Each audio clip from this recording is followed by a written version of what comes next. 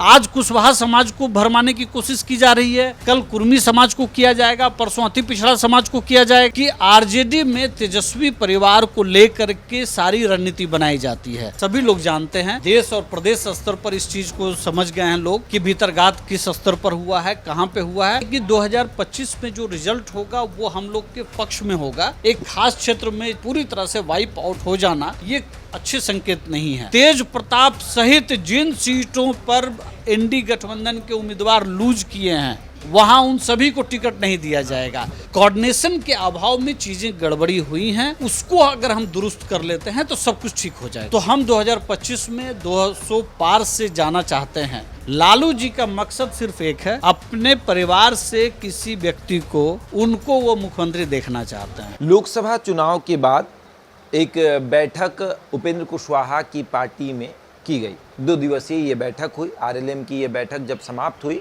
तो कई सारे जो निर्णय जो हैं वो लिए गए और उस पर बातचीत हुई और ये भी फैसला लिया गया कि किस तरीके से पार्टी को विधानसभा में प्रेजेंट करना है, यानी आने वाले बिहार विधानसभा में किस तरीके से पार्टी को प्रेजेंट करना है और पार्टी किन चीज़ों पर चूक गई है कि काराकाट में उपेंद्र कुशवाहा की हार हो गई। इन तमाम विषयों पर बातचीत हुई और किन किन एजेंडों पर मोहर लगी है या फिर किन किन विषयों पर खास बातचीत हुई है, इस पर जानने के लिए हमारे साथ आरएलएम के प्रदेश प्रवक्ता राहुल जी हैं।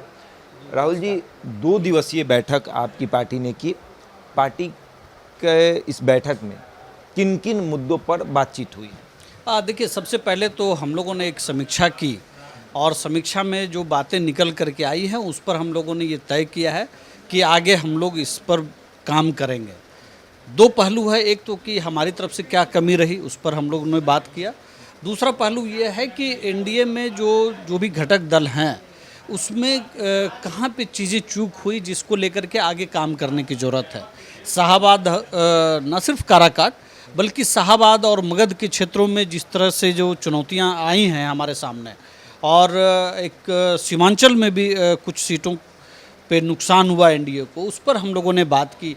तो जो कुल मिलाकर के ये चीज़ें सामने आई कि एनडीए के दलों के बीच में जो कोऑर्डिनेशन होना चाहिए था, जितना बेहतरीन कोऑर्डिनेशन की हम लोग उम्मीद कर रहे थे वो नहीं हुआ। तो आगामी जो विधानसभा चुनाव है 2025 में हमारे नेता और हमारे कार्यकर्ताओं की ये समझ है कि उस पर बहुत गंभीरता से काम करने की ज़रूरत है। 2025 के चुनाव से पहले यह ठीक है कि 2025 में जो रिज़ल्ट होगा वो हम लोग के पक्ष में होगा और वो तस्वीर 2024 में जो लोकसभा चुनाव हुआ उसमें भी वो दिखता है, क्योंकि आप देखिए लगभग 177 ऐसी सीटें हैं जहाँ पे एनडीए को लीड मिला है। और अगर हम 2020 के चुनाव से तुलना करें तो उसकी तुलना में आरजेडी का जो गठबंधन है वो कहीं ना कहीं बहुत पीछे दिखाई पड़ता है। लेकिन क्या ये संतुष्टि लायक चीज़ें हैं? तो मैं कहूँगा ये हमारी पार्टी समझती है कि इसमें और भी बेहतर किया जा सकता था। तो हम 2025 में 200 पार से जाना चाहते हैं। जैसा एनडीए में ये बातें आ गई हैं कि 200 से ज़्यादा सीटों पर हम लोग को जीत हासिल करनी है, तो हम लोग को हर उस पहलू पर काम करना पड़ेगा जहां 2024 में चूक हुई हैं। एक खास क्षेत्र में पूरी तरह से वाइप आउट हो जाना ये अच्छे संकेत नहीं है। तो इस पर निश्चित तौर पर हम लोगों ने समीक्षा की है, उस पर हम लोग काम करेंगे और हम लोगों ने अपने नेता को ये दिया है अधिकार कि वो गठबंधन दलों से बात करेंगे कि कैसे चीज़ें और स्मूथली चीज़ें हो सकें, उस पर हम लोग काम करेंगे। क्या इस विषय पर बात हुआ कि कुशवाहा वोट जो है वो ट्रांसफ़र नहीं हो पाया? कुशवाहा वोट, क्योंकि औरंगाबाद की बात करें, आप बात करें काराकाट की बात करें, सासाराम की बात करें, इन तमाम जगहों पर कुशवाहा की आबादी अच्छी खासी है और इन जगहों पर एनडीए की हार हो गई। इस विषय पर भी बातचीत हुई। देखिए, ये कहना कि सिर्फ कुशवाहा वोट ट्रांसफ़र नहीं हुआ ये कहना उचित नहीं होगा। कई तरह के वोट ट्रांसफ़र नहीं हुए, तो कई तरह के आरजेडी के भी वोट उनको ट्रांसफ़र नहीं हुए और वो एनडीए को मिला है। देखिए, मैंने पहले भी कहा, अभी थोड़ी देर पहले कहा कि बहुत सारी चीज़ें हैं जहाँ पे लैकिंग हैं और वो सबसे महत्वपूर्ण बात है कोऑर्डिनेशन। अगर ये कोऑर्डिनेशन एनडीए के हर दल के बीच में बेहतर हो जाए तो मैं नहीं समझता हूँ, ये हमारा दल ये समझता है कि कोई एक जाति या एक खास वोट का मसला नहीं रह जाएगा। कोऑर्डिनेशन के अभाव में चीज़ें गड़बड़ी हुई हैं। उसको अगर हम दुरुस्त कर लेते हैं तो सब कुछ ठीक हो जाएगा। नेतृघात किसने किया? देखिए, मुझे अलग से कहने की ज़रूरत नहीं है, ये सभी लोग जानते हैं।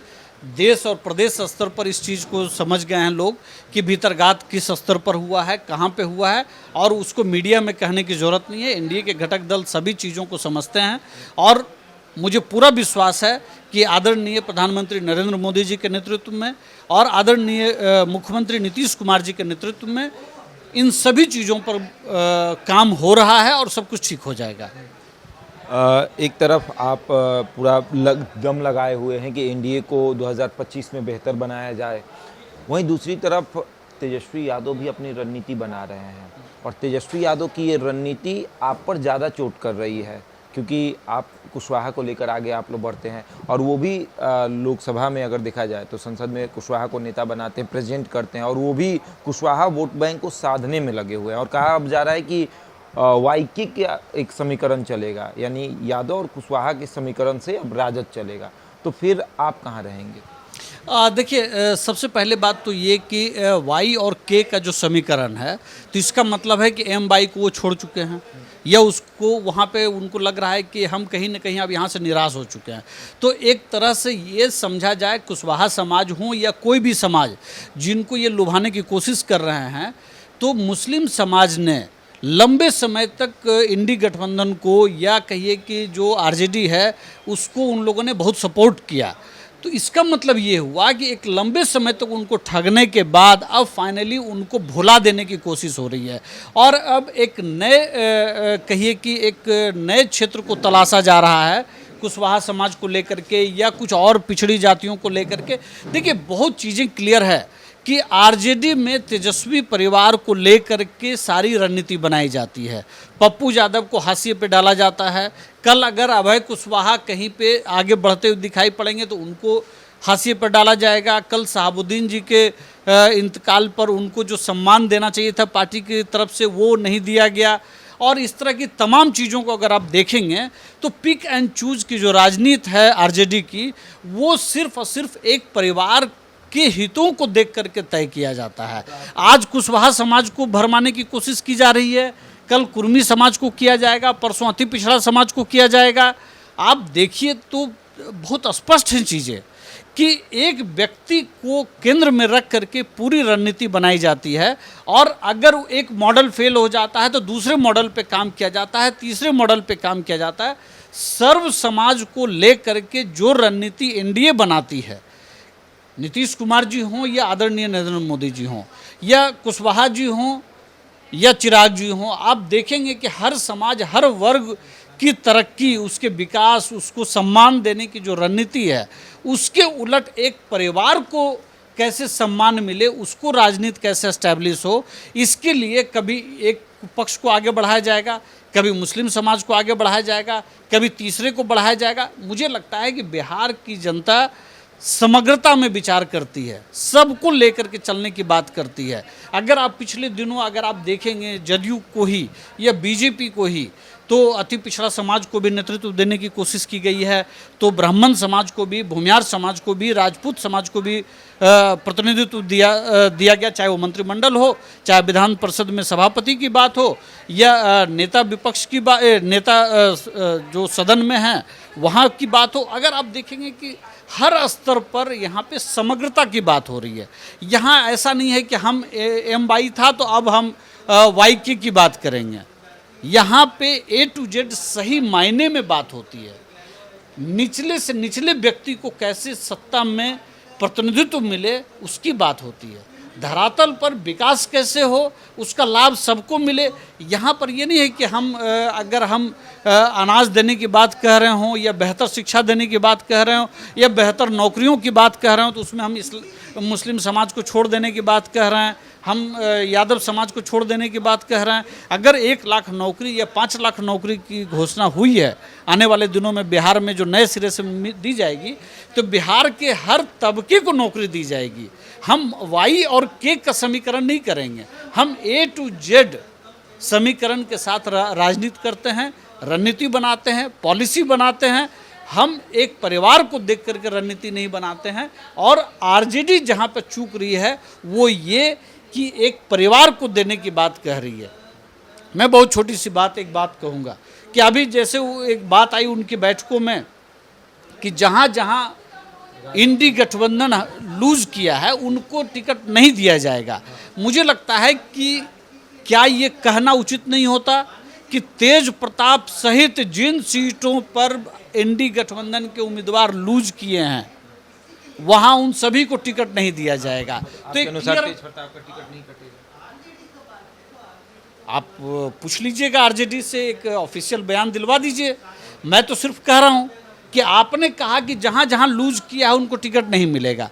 आप कहिए कि तेज प्रताप सहित तमाम लोगों को टिकट नहीं दिया जाएगा जहाँ जहाँ लूज किए हैं।